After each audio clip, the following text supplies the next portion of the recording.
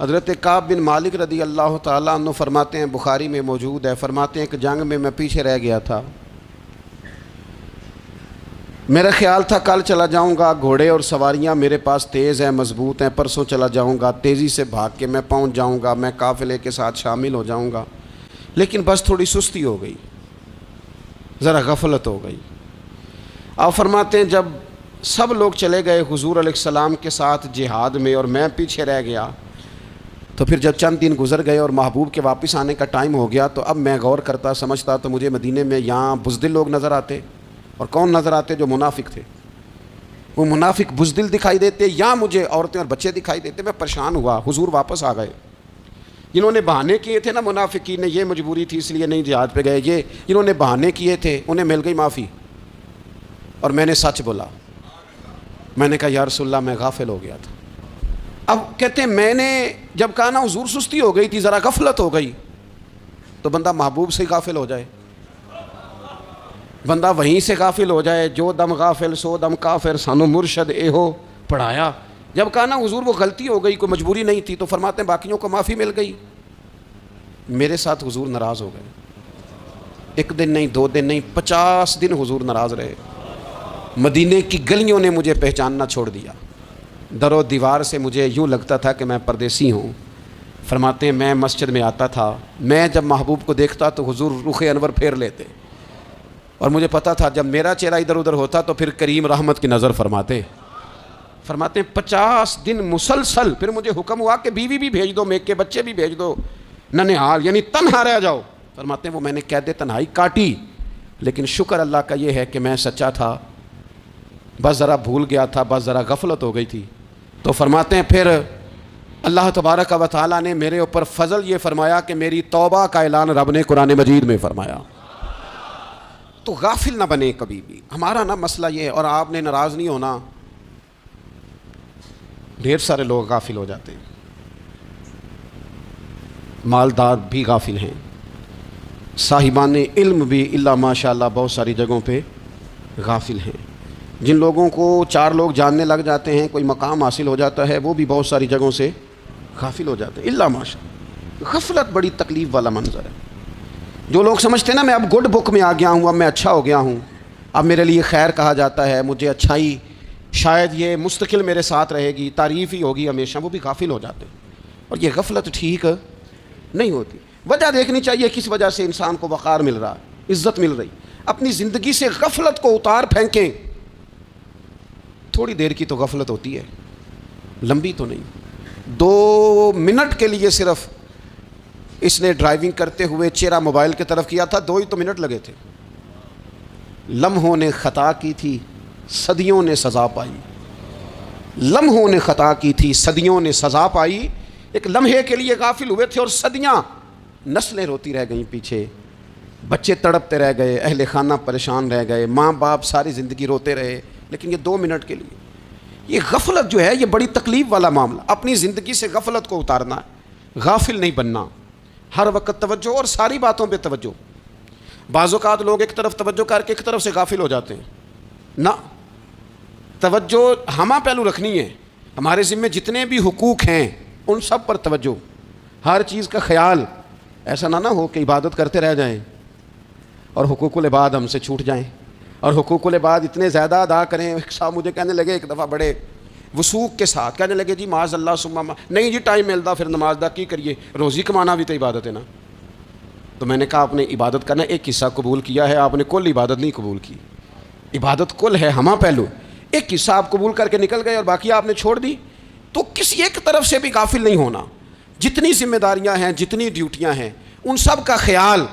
اور جو بڑا آدمی ہوتا ہے، بڑا گھر میں بڑا ہو، قبیلے میں بڑا ہو، علاقے میں بڑا ہو، ادارے میں بڑا ہو، کلاس میں بڑا ہو، جو بڑا ہے اس کی تو ساری آنکھیں کھلی ہوئی ہونی چاہیے، ایک ایک پر اس کی نظر ہونی چاہیے کہ میری کہاں ضرورت ہے، کہاں مجھے اشک شوئی کرنی ہے، کس کے ساتھ میں نے کس طرح محبت کا رویہ رکھنا ہے۔ غافل نہ بنے۔ اچھا جی اب کیسے پتہ چلے گا کہ ہم غافل ہیں؟ یہ کیسے پتہ چلے گا؟ آپ کسی بندے سے بھی پوچھ لیں حالات کیا ہیں تو کہتا ہے اللہ کا شکر ہے کبھی کسی کا دل نہیں دکھایا، اللہ کا شکر ہے جی زمانہ ہو گیا 5 نمازیں پڑھتا ہوں، اللہ کا شکر ہے جی۔ کیسے پتہ چلے گا غافل ہیں؟ پہلی علامت ہمارے علماء اور صوفیاء نے غافل بندے کی لکھی ہے، اس آئینے میں نے اور آپ نے اپنا آپ دیکھنا ہے۔ غافل بندے کی پہلی علامت یہ ہوتی ہے کہ وہ دنیاوی کاموں میں چست ہوتا ہے اور اللہ اور اس کے رسول کی فرما برداری میں سست ہوتا ہے۔ یعنی نماز کے وقت تو اسے نیند ستاتی ہے، پریشانی ہوتی ہے، لیکن اگر کسی جگہ مال مل رہا ہو، پیسے مل رہے ہوں، وہاں جانا ہو تو پھر اسے کوئی چیز بھی تنگ نہیں کر۔ دنیاوی کاموں میں چست ہوگا، یعنی ٹی وی کے آگے، موبائل کے آگے وہ گھنٹوں بیٹھا ہوا ہے، اور اگر اسے 25 منٹ قرآن پاک سننا پڑ جائے، اگر اسے 20 منٹ دینی محفل میں بیٹھنا پڑ جائے، اگر اسے کہا جائے کہ تو 20 رکعت نماز نفل ادا کر، دنیاوی کاموں میں چست ہے، دینی کاموں میں، یہ غفلت کی پہلی علامت۔ پھر ذاتی معاملات پہ پیسہ خرچ کرنا ہو تو ڈھیر سارا ہے، کسی غریب کی مدد کرنی ہو تو۔ وہ ہمارے ایک دوست ہیں، وہ اکثر کہا کرتے ہیں، وہ کہتے ہیں آج کل کسی سے کہنا فلائی کام میں، دینی کام میں، کسی کی مدد میں کچھ 4 پیسے خرچ کرنے ہیں تو لوگ کہتے ہیں ہاتھ تنگ ہے۔ ہاں، کچھ سستا پلاٹ ملتا ہو نا، اور اگر یہ سمجھ آ جائے کہ وہ مجبور ہے بیچارہ بیچنے والا، تو پھر کہتے ہیں میں 2-3 دوستوں کو پھاڑ لے سن۔ ذاتی کاموں میں جب بندہ چست ہو اور دینی کاموں میں سست ہو تو مطلب یہ ہے کہ بندہ غافل ہے، پہلی علامت غفلت کی۔ اور غفلت کی دوسری نشانی یہ ہے کہ انسان گناہ کے کاموں کو معمولی سمجھنے لگ جاتا ہے، یہ غافل بندے کی نشانی ہے، گناہ کو معمولی سمجھتا ہے، چھوٹا سمجھتا ہے۔ آج کل لوگ کہتے نہیں میں کو اکیلا کر رہا ہوں، ساری دنیا ہی کرتی ہے۔ اور جناب کیا ہو گیا، اگر یہ غلطی ہو گئی تو بندے سے ہو ہی جاتا ہے۔ گناہ کو معمولی سمجھنا، چھوٹا سمجھنا، اور کہنا پھر کیا ہو گیا ہے، انسان سے غلطی ہو جاتی ہے۔ آپ دیکھ لیں کہ سینکڑوں بیسیوں گناہوں کا بوجھ ہمارے سروں پہ ہوتا ہے، لیکن کوئی ہمارا دبدبہ ہے، کوئی ہماری گفتگو ہے، کوئی ہمارے جملوں میں خود پسندی ہے، کوئی ریاکاری ہے، کوئی تصنع۔ یہ غافل بندے کی علامت ہے۔ نبی اکرم صلی اللہ تعالیٰ علیہ وآلہ وسلم نے فرمایا مومن اپنے گناہوں کو پہاڑ کی طرح سمجھتا ہے، یہ بخاری میں حدیث ہے۔ مومن پہاڑ کی طرح جانتا ہے اور وہ ڈرتا ہے کہ کہیں وہ پہاڑ اس کے اوپر گر نہ جائے، یعنی کہیں مجھے میرے گناہ کی سزا نہ مل جائے۔ چھوٹے گناہ کو بھی پہاڑ جانتا ہے، یار مجھ سے غلطی ہو گئی، مجھے ٹھیک کر لینی چاہیے، مجھے معافی لے لینی چاہیے، مجھے توبہ کر لینی چاہیے۔ مومن اپنے اوپر گناہ کو پہاڑ کی جانب سمجھتا ہے۔ اور حضور علیہ الصلوۃ والسلام فرماتے ہیں کہ یہ جو فاسق اور فاجر ہوتا ہے نا، اللہ کا نافرمان، یہ گناہ کو مکھی کی طرح سمجھتا ہے، یہ سمجھتا ہے میں نے اشارہ کرنا ہے، مکھی نے اڑ جانا ہے۔ مومن کی علامت یہ ہے کہ وہ پہاڑ جانتا ہے، اگر غلطی ہو جائے تو پہاڑ۔ امام اعظم ابو حنیفہ رحمۃ اللہ علیہ گزر رہے تھے تو بارش ہو گئی تھی اور کوفہ میں کیچڑ تھا، تو آپ نے جو جوتے پہنے ہوئے تھے ان جوتوں سے چلتے ہوئے نا آپ کے پاؤں سے کچھ مٹی اڑی، تو سامنے ایک یہودی تھا، اب اس زمانے میں دیواریں کچی ہوتی تھیں، اس کے دیوار پر جا کے وہ مٹی جو تھی وہ لگ گئی۔ اب امام صاحب بڑے پریشان ہوئے کہ میں نے اس کی دیوار کو آلودہ کر دیا۔ یہاں تو لوگ اپنی اینٹیں رکھتے رکھتے کئیوں کی دیواریں توڑ ہی دیتے ہیں، اور پھر وہ اس پر ماننے کو بھی تیار نہیں ہوتے، تسلیم کرنے کو بھی تیار نہیں ہوتے۔ وہ کہتے ہیں پھر کیا ہو گیا، اب ہمارا یہاں گھر ہے تو ہم نے ٹرالی منگوانی نہیں تھی، ہمارا حق بنتا تھا۔ امام صاحب کے پیروں سے ذرا کیچڑ اڑا، یہودی کی دیوار پہ لگا، اس کی کچی دیوار تھی۔ امام صاحب پریشان ہو گئے، سوچنے لگے کہ اگر میں دیوار سے یہ کیچڑ اتارتا نہیں تو یہ بھی زیادتی ہے، میں نے اس کی دیوار کو گدلا کر دیا، اور اگر میں اتارتا ہوں تو کچھ مٹی اس کی دیوار کی بھی اتر جائے گی، کچی دیوار ہے، یہ بھی زیادتی ہے۔ مومن گناہ کو پہاڑ کی طرح سمجھتا ہے کہ کہیں گر نہ جائے، اس کی بھی کہیں سزا نہ مل جائے۔ امام صاحب نے اس کے دروازے پہ دستک دی، وہ باہر آیا تو اتفاق سے وہ آپ کا مقروض بھی تھا، اس نے پیسے دینے تھے۔ باہر نکلتے کہنے لگا اوہ آپ تو قرض لینے آ گئے، میرے پاس تو ابھی گنجائش نہیں ادا کرنے کی۔ تو امام صاحب کہنے لگے تو قرض چھوڑ، وہ میں نے معاف کیا، میرے سے غلطی ہو گئی ہے، میں آ رہا تھا، لکڑی کے جوتے اس زمانے میں کھڑاؤں لوگوں نے پہنے ہوتے تھے، کہا وہ میرے پیروں سے ذرا کیچڑ اڑا ہے، تیری دیوار پہ لگ گیا ہے۔ اب میں بڑی دیر سے کھڑا سوچ رہا ہوں کہ اگر میں تیری دیوار صاف نہ کروں تو میں نے یہ میلی کر دی، گدلی کر دی، یہ بھی بات درست نہیں ہے، زیادتی، اور اگر میں اسے صاف کرتا ہوں کچی دیوار سے کچھ مٹی اتر جائے گی تو یہ بھی زیادتی ہے، اب تو بتا میں کیا کروں۔ تو بے موسمہ پھل تھا نا یہ، تو بے موسمہ پھل دیکھ کے بندہ حیران ہو جاتا ہے، جو باتیں روٹین میں نہ ہو رہی ہوں وہ ذرا انوکھی لگتی ہیں، بندہ حیران ہو گیا، غور سے امام صاحب کا چہرہ دیکھنے لگا، غور سے چہرہ دیکھنے لگا، اور پھر تھوڑی دیر سوچنے کے بعد کہنے لگا حضور پہلے میں نے دین اسلام کے بارے میں پڑھا اور سنا تھا، آج میں نے دین دیکھا ہے۔ پہلے میں نے سنا تھا کہ دین اسلام اس طرح کا ہے، آج میں نے دین ہے۔ ہم نہ پوری دنیا کے کافروں کو دین سنانا چاہتے ہیں، دکھانا نہیں چاہتے، ہم نیک نظر آنا چاہتے ہیں، نیک بننا نہیں چاہتے، ہم نیک نظر آنا چاہتے ہیں۔ نتیجہ کیا نکلتا ہے کہ کچھ عرصے کے بعد پتہ چل جاتا ہے بندہ کس لیول کا نیک ہے۔ کیا معیار ہے اس کی نیکیوں کا؟ کہنے لگا حضور پہلے میں نے دین سنا تھا، آج دیکھا ہے۔ آپ وہ مٹی کی دیوار پر جو کیچڑ لگ گیا ہے، دیوار کو بعد میں صاف کیجئے گا، پہلے کلمہ پڑھائیں تاکہ میرے اندر کا کفر صاف ہو جائے، مجھے مسلمان کر دیں۔ تو غافل آدمی جو ہوتا ہے نا، وہ پھر تیسری بات، جب بندہ بہت زیادہ غافل ہو جاتا ہے پھر اعلانیہ گناہ کرنے لگتا ہے۔ ایک گناہ، پھر اس کا اظہار گناہ۔ ایک بندہ، حدیث پاک میں آتا ہے، ایک بندہ رات کو کوئی غلطی کرتا ہے، اللہ تعالیٰ اس پہ پردہ ڈال دیتا ہے، لیکن وہ سویرے خود لوگوں کو بتاتا پھرتا ہے میں نے یہ کیا، میں نے یہ کیا۔ جب آپ اظہار گناہ کرتے ہیں نا تو سامنے والا بھی دلیر ہوتا ہے، کہتا ہے اس نے کیا، میں کر لوں گا تو پھر کیا ہوا۔ ہمارے علماء نے لکھا ہے کسی کی نماز قضا ہو جائے تو کسی کو بتائے نہ، قضا پڑھ ڈالے، اس کا جگہ جگہ ذکر نہ کرے۔ جب آپ کہیں گے نا میری قضا ہو گئی، تو آپ کے ساتھ رہنے والا بچہ دوست سمجھے گا یار اس کی قضا ہو گئی ہے تو میری بھی ہو جائے گی تو کیا ہوگا۔ گناہ کرنا بھی گناہ ہے اور گناہ کا اظہار بھی گناہ ہے۔ نبی اکرم صلی اللہ تعالیٰ علیہ وآلہ وسلم نے ارشاد فرمایا میری ساری امت کو معافی مل جائے گی سوائے ان لوگوں کے جو اعلانیہ گناہ کرتے ہیں۔ یہ بخاری مسلم دونوں میں حدیث موجود ہے۔ جو اعلانیہ گناہ، جنہوں نے خود ساری دنیا کو گواہ بنا لیا، میں نے یہ بھی جرم کیا، یہ بھی کیا، یہ بھی کیا، یہ بھی کیا، خود انہوں نے لوگوں کے، بہت بڑے غافل آدمی کی علامت ہے کہ گناہ کرے اور پھر اوپر سے اعلانیہ گناہ کرے، اتنا بڑا جرم کرے۔ پھر چوتھی علامت اگر ہم دیکھنا چاہیں کہ ہم غافل تو نہیں، تو غافل بندے کی چوتھی علامت یہ ہوتی ہے کہ وہ فضول کاموں میں وقت بڑا ضائع کرتا ہے۔ فضولیات میں ادھر بیٹھے ہیں، ادھر بیٹھے ہیں، یہاں گپ شپ ہو رہی ہے، وہاں موبائل دیکھا جا رہا ہے، پھر کچھ ٹائم ملا ہے تو پھر کہیں دور دراز کسی ہوٹل پہ کھانا کھانے چلے گئے، پھر کچھ ٹائم ملا تو چلو نکلتے ہیں ذرا کوئی ہفتہ سیر کر آتے ہیں، یہاں گپ شپ ہے، فلاں کو ڈسکس کر لیتے ہیں، فلاں کے بارے میں بات کر لیتے ہیں، سیاسی تبصرے کر لیتے ہیں، یہ تھوڑی گفتگو ہو جاتی ہے، چلے محلے داروں پہ تبصرہ شروع کرتے ہیں، کون روٹی زیادہ کھا رہا ہے اور کس کے پاس پیسے زیادہ آ گئے، چلو جا کے پتہ کرتے ہیں۔ حالانکہ یہ پتہ نہیں کرنا چاہیے تھا، پتہ تو اس کا کرنا چاہیے تھا جو بیچارہ کل سے بھوکا ہے، خبر تو اس کی رکھنی چاہیے تھی جس بیچارے کے گھر میں بچوں کے لیے پہننے کو کپڑے موجود نہیں ہیں۔ اس پر تبصرہ یہ کرتے ہیں کہ یہ محنت کیوں نہیں کرتے، اور اگر کسی پر اللہ عطا کر دے پھر حساب ضرور لگاتے ہیں کہ ذرا معلومات کرو یہ اتنی جلدی آگے کیسے نکل گئے۔ غافل بندے کی علامت ہے وقت کا ضائع کرنا اور فضول کاموں میں ضائع کرنا اور بلا وجہ ضائع، اور ایسے سوالات کرنا جن کی ضرورت ہی کوئی نہیں، بالکل ضرورت ہی نہیں، کوئی مطلب ہی نہیں، لیکن ہم لوگ وقت ضائع، یہ غفلت کی علامت، غفلت۔ اللہ والوں کی علامت کیا تھی؟ ایک بات انہوں نے زندگی میں لے لی، سیکھ لی، پھر ساری زندگی اسی پہ گزار دی۔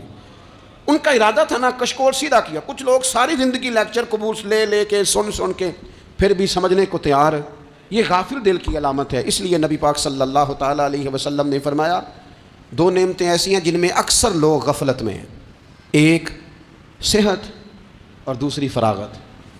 لوگ بلا وجہ وقت ضائع کرتے ہیں۔ اللہ نے صحت دی ہے، کسی خیر کے کام میں لگائیں۔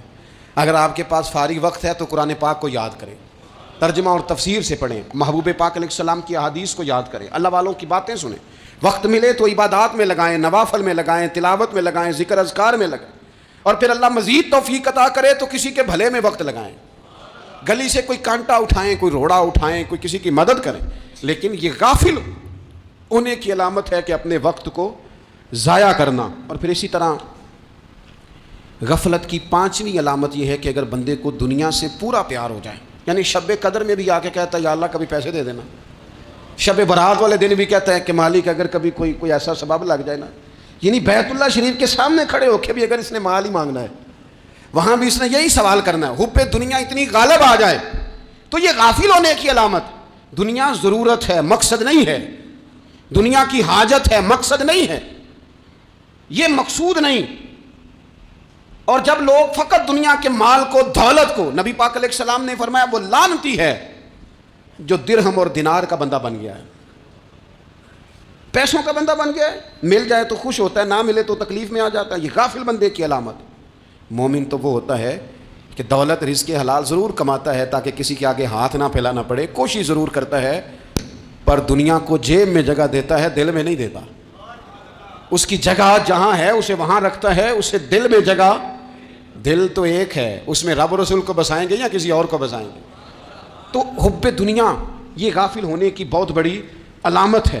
پھر اسی طرح جو بندہ رب کریم کو جانتا نہیں نا وہ بھی غافل ہو جاتا ہے۔ ایک تو جو یہ نہیں نہ جانتا کہ رب کریم سزا دے گا، مجھے دیکھ رہا ہے، اسے نہ اونگ آتی ہے نہ نیند آتی ہے، جو اس کی معرفت نہیں رکھتا کہ میرا رب ہر وقت مجھے دیکھ رہا ہے، وہ بھی غافل ہو جاتا ہے۔ جسے پتہ ہونا کہ مجھے دیکھ رہا ہے وہ غافل نہیں ہوتا۔ اور جو یہ سمجھ لیتا ہے نا کہ شاید معاذ اللہ ثم، اس یقین کو پکا نہیں کرتا، وہ غافل ہو جاتا ہے۔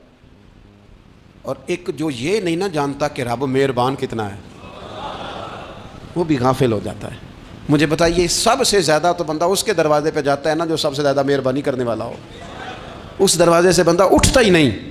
تو جس کو یہ یقین ہو جائے نا سب سے زیادہ کرم فرمانے والی ذات اللہ رسول کی ہے، وہ کبھی رب رسول سے غافل نہیں ہوتا، وہ کبھی اللہ رسول کا دروازہ چھوڑ کے نہیں جاتا، وہ کبھی کسی اور جگہ جا کے پناہ تلاش نہیں کرتا۔ جسے پتہ چل جائے نا وہ کریم کتنا ہے، مہربان کتنا ہے۔ ملا رومی رحمۃ اللہ علیہ فرماتے ہیں بہت بڑا مجرم تھا ایک بندہ، بہت بڑا گناہگار تھا، بت کو پوجتا تھا، تھک گیا، ساری رات بت کے سامنے کھڑا تھا، معاذ اللہ یا صنم یا صنم یا صنم کہتے، تھک گیا، نیند آ گئی، اونگ آ گئی۔ جب پوری طرح نیند آ گئی اور دماغ پہ نیند قبضہ کرنے لگی تو اس کے منہ سے نکل گیا، صنم صنم کہہ رہا تھا نا، نکل گیا یا صمد، او بے نیاز مالک۔ رب کریم نے فرشتوں سے فرمایا دوڑ کے جاؤ، جو کہتا ہے اسے دے دو۔ فرشتے کہنے لگے مالک وہ تو بت کو پکار رہا تھا، اس نے تو غلطی سے نام لیا ہے۔ فرمایا مجھے نہیں پتا، لیکن دیکھو نا اس نے مجھے پکارا تو ہے نا، کتنی دیر سے جھوٹے کو پکار رہا تھا، اس کا معاملہ حل نہیں ہوا۔ اب اگر سچے کو پکارنے پہ بھی حل نہ ہوا تو فرق کیا رہ جائے گا؟ دے دو جو مانگتا ہے، دے دو۔ میرے دوست گھر پتہ چل جائے وہ کریم کتنا ہے، وہ مہربان کتنا ہے۔ میرے رسول پاک علیہ الصلوۃ والسلام نے تو فرمایا تیری آنکھ سے اگر اس کے خوف سے اتنا آنسو بھی نکل گیا جتنا مچھر کا پر ہوتا ہے، تو جس طرح بھینس کے تھنوں سے نکلا ہوا دودھ واپس تھنوں میں نہیں نہ جاتا، جو اتنا بھی روئے نہ روئے اللہ کے خوف سے، وہ بندہ دوزخ میں نہیں جائے گا۔ تھوڑی دیر کے لیے ڈر جائے اپنے رب سے، آئے تو صحیح۔ عدم معرفت غفلت پیدا کرتی ہے، تو آ تو صحیح، وہ تو کریم ہی بڑا ہے، وہ تو مہربان ہی بڑا ہے۔ حضرت زنیرہ رضی اللہ تعالیٰ عنہ حضور کی صحابیاں ہیں، ایام جو مکے کے تھے مسلمانوں پر بڑی آزمائش کے تھے، انہیں بڑا مارا کفار نے، اتنا مارا کہ ان کی بینائی چلی گئی، نظر آنا بند ہو گیا۔ کافروں کی عورتوں نے تانا دیا کہ تو نے ہمارے بت چھوڑے ہیں نا، تو دیکھنا تیری بینائی چلی گئی۔ تو جناب زنیرہ اللہ پہ بھروسہ، توکل، معرفت الہی کا جذبہ، اٹھ کے کھڑی ہو کہنے لگی چپ کرو، تمہارے جھوٹے بت کیا کر سکتے ہیں، میرا رب چاہے تو صبح جب میں اٹھوں تو میری آنکھیں روشن ہو، اگر کریم کرم کر دے۔ لوگ کہتے ہیں واقعی ایسا ہوا، جب وہ سویرے اٹھی تو اللہ نے ان کی روشنی واپس کر دی تھی۔ تجھے پتہ چل جانا وہ مہربان کتنا ہے۔ وہ ایک بزرگ تھے تو ان سے کسی نے کہہ دیا کہ اگر آپ کا حساب آپ کے ماں باپ کے ذمہ ہو جائے تو پھر کیسا، پوچھنے کے لیے قیامت میں اگر ماں باپ حساب لیں تو پھر کیسا۔ تو بڑے سیانے لوگ تھے جو دل والے تھے، کہنے لگے نہیں، رب کریم ہی ٹھیک ہے، اس لیے کہ وہ ماں باپ سے کہیں بڑھ کر پیار کرنے والا ہے۔ اگر یہ معرفت مل جائے وہ کریم کتنا ہے، اور جب بندہ پوری طرح اس کی بارگاہ میں آ کے تڑپ جاتا ہے نا، مولا میں جاؤں کدھر، تیرا دروازہ چھوڑ کے جاؤں کدھر۔ اقبال کہتے ہیں وہ ایک سجدہ جسے تو گراں سمجھتا ہے، 1000 سجدوں سے دیتا ہے آدمی کو نجات۔ تجھے جگہ جگہ جھکنا نہیں پڑے گا اگر تو صحیح معنوں میں اپنے رب کی بارگاہ میں جھک جائے۔ تو میرے عزیز کوشش کریں کہ اس کی معرفت، اس کا کرم، اس کی عطا، اور اللہ تبارک و تعالیٰ کے حاضر و ناظر ہونے پر عین الیقین، حق الیقین حاصل کریں۔ اور پھر 8ویں بات یہ ہے کہ غافل لوگوں کی صحبت بھی بندے کو غافل کر دیتی ہے۔ غافلوں کی صحبت میں نہ بیٹھیں، ان کی صحبت میں بیٹھیں جن کے پاس بیٹھنے سے دل میں رب رسول کی محبت پیدا ہوتی ہے۔ غافلوں سے بچیں۔ چنگیاں دے لڑ لگی ساں تے چولی چ پھل پئے، جدوں میں پیڑیاں دے سنگ رل گئی تے میرے اگلے بھی ڈل گئے۔ برے آدمی کی صحبت بندے کو غافل کر دیتی۔ غافلوں کی صحبت میں کبھی نہ بیٹھیں، کبھی نہیں۔ غافل آدمی آپ کو غافل کر دے گا۔ میرے نبی پاک علیہ الصلوۃ والسلام نے فرمایا انسان اپنے دوست کے مذہب پر ہوتا ہے۔ یہ بہت بڑے لفظ ہیں۔ فرمایا المرء علی دین خلیلہ، انسان اپنے دوست کے مذہب پر ہوتا ہے۔ تو دیکھ تو نے دوست کس کو بنایا ہے، جو تیرے دوست کا مذہب ہوگا وہی تیرا ہو جائے گا۔ ہم نے دوست بنایا نا غوث پاک جیلانی کو، ہم نے یاری لگائی ہے نا داتا علی اجمیری سے، ہماری نسبت ہے نا معین الدین اجمیری سے، ہمارا تعلق ہے نا بہاؤالدین زکریا ملتانی سے، ہمارا رشتہ ہے نا حضرت مجدد الفسانی سے، ہم ماننے والے ہیں نا اعلیٰ حضرت بریلوی کے. ہمارا تعلق ہے کبھی جماعت علی سے، کبھی مہر علی سے. ہمارا ان سے تعلق ہے تو صبح شام ہماری زبان پہ رہتا ہے بلغ العلا بکمالہ کشف الدجی بجمالہ حسنت جمیع خصالہ صلو علیہ وآلہ. ان سے تعلق جڑا ہے نا تو کئی دفعہ تنہائیاں تڑپا دیتی ہیں اور تڑپ کے کہتے ہیں اج سکھ متران دی ودھیری ہے. اج سکھ متران دی، سکھ کہتے ہیں اڈیق کو، متر کہتے ہیں محبوب کو. اج سکھ متران دی ودھیری ہے. اے کیوں دلڑی اداس گھنیری ہے، لوں لوں وچ شوق چنگیری ہے. اج نینا لائیاں کیوں جھڑیاں، سبحان اللہ سبحان اللہ سبحان اللہ. پہلے کہتے ہیں سکھ متران دی ودھیری ہے یعنی اداس ہوں، پھر حضور کے جلووں پہ نظر کرتے ہیں، کہتے ہیں سبحان اللہ سبحان اللہ. ماں اجملہ کا، ماں احسانہ کا، ماں اکملہ کا، اور پھر فوراً کہنے لگے او کتھے مہر علی، او کتھے مہر علی، کتھے مہر علی تے کتھے تیری سنا. اب دیکھو مشتاق اکھیں کتھے جاڑیاں بلغ العلا بے کمال کشف الدجی بے. اور میرے اعلیٰ حضرت کہنے لگے سرور کہوں کہ مالک و مولا کہوں، باغ خلیل کا گلے زیبا کہوں تجھے، تیرے تو وصف عیب تناہی سے ہیں بری، حیران ہوں میرے شاہ میں کیا کیا کہوں تجھے. غافل آدمی کی علامت ہے برے لوگوں کی صحبت میں. خبردار ان کے پاس نہ بیٹھنا جن کے پاس بیٹھنے سے تمہارے دلوں میں اولیاء اللہ کے بندوں کی عداوت پیدا ہو. خبردار خبردار ان کے پاس نہ بیٹھنا جن کے پاس بیٹھنے سے تمہارے دلوں میں حضور کی اولاد پاک کے بارے میں شک پیدا ہو. خبردار اس شخص کے پاس نہ بیٹھنا جو امام حسین ابن علی کے بارے میں کوئی کمزور بات کرتا ہو، بچنا. خبردار اس سے بچنا جو حضور کے صحابہ کے بارے میں بات کرے، بچنا اس سے. جو سیدنا ابو بکر صدیق کے بارے میں کوئی، دیکھو کیا مقدر ہے صدیق و فاروق کے، جن کے گھر ہی رحمتوں کے خزینے میں. بھلا کیا کہا نبی پاک، حضور نے فرمایا میرے اوپر جس نے نیکی کی تھی بدلہ دے دیا ہے. یہ جو میرے ابو بکر صدیق ہے نا، ان کو میں اللہ کی بارگاہ میں لے جاؤں گا، کہوں گا مالک تو ہی بدلہ عطا فرما. ایک ہاتھ میں جناب صدیق کا ہاتھ پکڑا، ایک میں حضرت عمر کا ہاتھ پکڑا، اور حضور مسجد نبوی سے باہر آ رہے ہیں. دیکھنے والے کی زبان سے بے ساختہ سبحان اللہ نکل گیا. کیا شان ہے، کیا مقدر ہے. تو حضور علیہ السلام رک گئے اور روک کے فرمایا تو حیران ہو رہا ہے نا، تو حیران ہو رہا ہے نا کہ میں نے ایک ہاتھ میں ابو بکر کو پکڑا ہے، ایک میں عمر کو پکڑا ہے. فرمایا قیامت میں جب میری قبر کھلے گی تو میں اسی طرح قبر سے نکلوں گا، اس طرح میدان محشر میں آؤں گا. خبردار حضور وفاداروں کے وفادار رہنا، ان کے وفادار رہنا، ان کے وفادار رہنا. بڑا عجیب دور آیا ہے. ہم نے یہ دور دیکھا ہے کہ لوگ حضور کے صحابہ کے بارے میں بھی بات کریں گے.